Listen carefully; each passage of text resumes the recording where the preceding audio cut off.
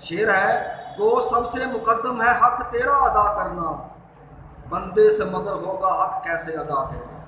شعر ہے محرم بھی ہے ایسا ہی جیسا کہ ہے نا محرم، کچھ کہہ نہ سکا جس پر یہاں بید خلا تیرا، اور جچتا نہیں نظروں میں یا خلت سلطانی، کملی میں مگن اپنی رہتا ہے گدا تیرا۔ شعر ہے کہ تو ہی نظر آتا ہے ہر شے پر محیط ان کو، جو رنج و مصیبت میں کرتے ہیں گلا تیرا۔ شعر ہے کہ آفاق میں پھیلے گی کب تک نہ مہک تیری، گھر گھر لیے پھرتی ہے پیغام صبا تیرا۔ آخری شعر ہے کہ ہر بول تیرا دل سے ٹکرا کے گزرتا ہے، ہر بول تیرا دل سے ٹکرا کے گزرتا ہے، کچھ رنگ بیاں حالی ہے سب سے جدا تیرا۔ اب شعر سنیے گا، پہلا شعر ہے، پہلے شعر کی تشریح سنیں حمد کا۔ تو الطاف سنہالی اللہ تعالیٰ کی تعریف میں رطب اللسان ہے، رطب اللسان حمد سرا ہے۔ شاعر کہہ رہے ہیں کہ قبضہ ہو دلوں پر کیا اور اس سے سوا تیرا، ایک بندہ نافرماں ہے حمد سرا تیرا۔ شاعر کہتا ہے کہ یا میرے باری تعالیٰ کہ ساری کائنات پر تیرا ہی قبضہ ہے، ساری کائنات پر تیرا ہی قبضہ ہے، تو ہی مالک ہے، خالق ہے، رازق ہے، تیرے سوا کوئی نہیں۔ اور اس کی دلیل یہ ہے کہ میرے جیسا نافرمان بندہ بھی تیری تعریف لکھ رہا ہے کہ میں ایک نافرمان عاجز اور ناتواں سا بندہ ہوں کہ ہمارے دلوں پر تیرے قبضے کی دلیل یہ ہے کہ میرے جیسا بندہ بھی تیری تعریف ہے وہ لکھ رہا ہے۔ قبضہ ہو دل پر اور اس سے قبضہ ہو دلوں پر کیا اور اس سے سوا تیرا، ایک بندہ نافرمان ہے حمد سرا تیرا۔ حمد سرا تعریف کرنے والا، اس سے سوا، اس کے علاوہ کہ اس سے علاوہ اور کیا بات ہو سکتی ہے، کیا دلیل پیش کریں یا میرے باری تعالیٰ کہ ایک بندہ نافرمان تیری تعریف کر رہا ہے کہ جو تجھے مانتے ہیں، جو تجھے تسلیم، ہم بھی تجھے مانتے ہیں، تیرے بندے ہیں اور مسلمان ہیں، کہ لیکن ہم سے غلطیاں ہو جاتی ہیں، نافرمانی ہو جاتی ہے، ہم سے لغزش ہو جاتی ہے، لیکن جو تیری تعریف میں سالوں سال تیری تعریف میں سرگرداں رہتے ہیں، تیری حمد و ثنا بیان کرتے ہیں، ہم تو دنیا دار بندے ہو کر بھی تیری تعریف کر رہے ہیں۔ تو شاعر نے بڑے اچھے انداز میں حمد کا آغاز کیا ہے کہ ہمارے دلوں پر قبضہ یا باری تعالیٰ تیرا ہی قبضہ ہے، تیری ہی شان، تیری قدرت ہے، تو ہی مالک ہے، اس سے بڑھ کر کیا بات ہوگی کہ ہمارے جیسا نافرمان ایک عاصی بندہ جو ہے وہ تیری تعریف کر رہا ہے۔ اگلا شعر دیکھیے گا کہ گو سب سے مقدم ہے حق تیرا ادا کرنا، بندے سے مگر ہوگا حق کیسے ادا کرنا۔ یا اللہ کہ وہ سب سے مقدم ہے، مقدم ہوتا ہے سب سے پہلے، مقدم ہوتا ہے اس کا مطلب ہے سب سے پہلے حق ادا کرنا، اللہ تعالیٰ کا حق ادا کرنا،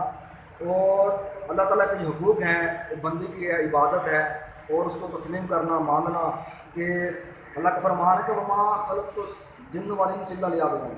قرآن پاک اللہ کا فرمان ہے کہ میں نے انسانوں اور جنوں کو صرف اپنی عبادت کے لیے بنایا۔ جب اللہ معراج کے موقع پر آقا علیہ السلام کی اللہ سے ملاقات ہوئی تو اللہ تعالیٰ نے 50 نمازیں فرض کی۔ اللہ کا فرمان کہ میں نے انسانوں اور جنوں کو صرف عبادت کے لیے بنایا، صرف عبادت کے لیے، لیکن انسان اللہ کی عبادت کتنی کرتے ہیں، اور وہ یہ مسلمان کتنی، صرف چند، کوئی بے نمازی ہے، کوئی تو قرآن بھی نہیں پڑھتا، نماز بھی نہیں پڑھتا، اگر نماز پڑھ جائے تو پورے 5 دن کی جو ہے نا وہ نماز ہے، تو 5 دن کی